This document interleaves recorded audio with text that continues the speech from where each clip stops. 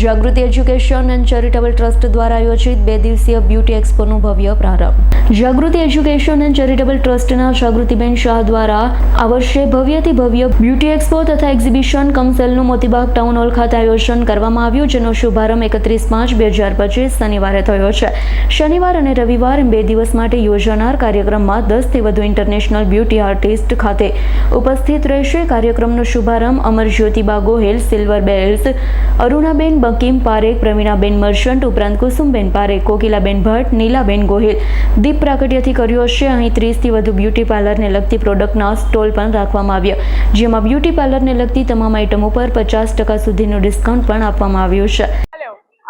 પરિલીન બચિયા આજે તમે જે એક્ઝિબિશનની અંદર જે કઈ સ્ટોલ લગાડ્યો છે એ શેના વિશે લગાડ્યો છે અને આપ ક્યાંથી આવો છો? હું બરોડાથી આવું છું। મારો સ્ટોલ છે પરમેનન્ટ મેકઅપનો, like permanent kajal, permanent liner, permanent eyebrow, beauty spot, કે ઊંઘીને ઉઠો ગમે તેટલું મોડું ધોવો તો બી મેકઅપ તમારો નીકળે જ નહીં। અને આજકાલ મોસ્ટ ઓફ ક્લાયન્ટને, લેડીઝોને, જેન્ટ્સને બધાને પ્રોબ્લેમ થાય છે કે આઈબ્રો આછી થઈ જાય છે, એ પરમેનન્ટ તમારી શેપમાં અને ડાર્ક થઈ જાય છે। અને ખાસ કરીને ભાવનગરની જે લેડીઝ છે એને શું કહેવા માંગો? ભાવનગરની લેડીઝમાંથી બહુ લોકોને મારા પર કોલ આવે છે। અમને એવું જ કહેવા માંગીશ કે તમે લોકો આગળ વધો। નોર્મલી તમે સલૂનમાં ફેશિયલ, વેક્સ ને બધું ચાલે છે, કંઈક નવું ટેકનોલોજી લાવો કે લોકો જોઈને એટ્રેક્ટ થશે। અને આ વસ્તુ એવી છે કે એકવાર કરાવો 2-5 વર્ષની તમને શાંતિ થઈ જશે અને બહુ સરસ લાગે છે। ખાસ કરીને આજે એક્ઝિબિશનમાં તમને કેવું લાગ્યું છે જાગૃતિ મેડમ દ્વારા કરવામાં? બહુ જ સરસ લાગ્યું, બહુ જ સરસ। જાગૃતિ બેનનું હોય એટલે જોવાનું હોય જ નહીં। પહેલી વાર તમે આવ્યા છો કે? ના, હું સેકન્ડ ટાઈમ આવી છું।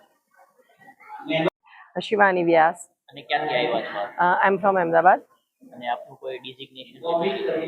હું ઇન્ટરનેશનલ હેર આર્ટિસ્ટ છું અને મારી એકેડમી રન થઈ રહી છે અમદાવાદમાં। અને આજે ખાસ કરીને જે તમે ભાવનગર આવ્યા છો, કયા પ્રસંગે આવ્યા છો? ભાવનગર સાથે એક અલગ પ્રકારનો પ્રેમ છે। જાગૃતિ ચેરિટેબલ ટ્રસ્ટ અને સ્પેશિયલી જાગૃતિ મા માટે એક અલગ પ્રકારનો પ્રેમ છે। અને આ જે પ્રોગ્રામ થઈ રહ્યો છે ઓલરેડી મધર્સ ડેના ઉપલક્ષમાં, એટલે કે માતૃદિન નિમિત્તે થઈ રહ્યો છે। સો જ્યાં મા હોય ને ત્યાં તો અમે હોઈએ જ હોઈએ।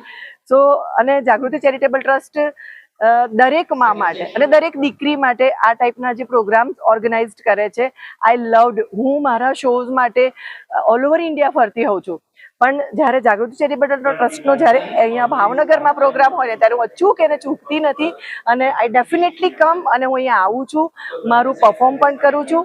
અને મને પણ એવું થાય કે એ આટલી બધી સેવા કરે છે અને એમાં એક નાની સરખી હું પણ ભાગીદારી બની શકું, બસ એટલા જ માટે આવું છું।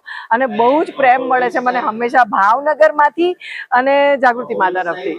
આજે તમારું કેવું પરફોર્મન્સ છે? અહીંયા હું આજે સ્ટાઇલિંગ બતાવવાની છું, હેરસ્ટાઇલ બતાવવાની છું અને થોડું સ્કિનનું પણ નોલેજ આપવાની છું। તો એ ટાઈપના જે પણ લેડી છે, જે લોકો ઘરે બેઠા છે અથવા તો એ લોકો માટે ઘરેથી બહાર નીકળીને કામ નથી કરી શકતા યા તો ઘરમાં રહીને કામ કરવું છે, બધા જ માટે આ પ્લેટફોર્મ છે અને એના માટે હું પણ એમને કંઈક એજ્યુકેશન આપી શકું એ પર્પઝથી અહીંયા આવી છું। ખાસ ભાવનગરની લેડીઝને શું તમે કહેવા માંગો? ભાવનગરની લેડીઝને નહીં, હું બધી જ લેડીઝને એવું કહેવા માંગીશ, આત્મનિર્ભર ઇન્ડિયા નહીં, આત્મનિર્ભર લેડી। દરેકે આત્મનિર્ભર બનવું જોઈએ।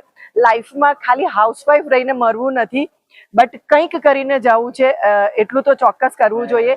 તમને જે ફિલ્ડમાં જ્યાં પણ તમને ઇન્ટરેસ્ટ હોય એ ચોક્કસ કરવું જોઈએ। તમારી પ્રતિભાને છે એનાથી વધારે નિખારવી જોઈએ અને ખાસ તમે તમારા નામથી ઓળખાવ। લાઈક આઈ એમ શિવાની વ્યાસ, તો હું મારા નામથી ઓળખાવું। હસબન્ડના નામ સાથે, પપ્પાના નામ સાથે તો આપણે ઓળખાતા જ હોઈએ છીએ, જે ડેઝિગ્નેશન આપણી છે જ, પણ આપણે આપણા નામથી ઓળખાઈએ અને એના માટેની આ એક સારું પ્લેટફોર્મ છે।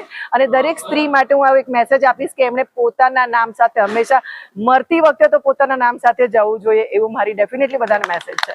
ખાસ કરીને જે ઇરફાન સોલંકીનો રિપોર્ટ, S9 ન્યૂઝ, ભાવનગર।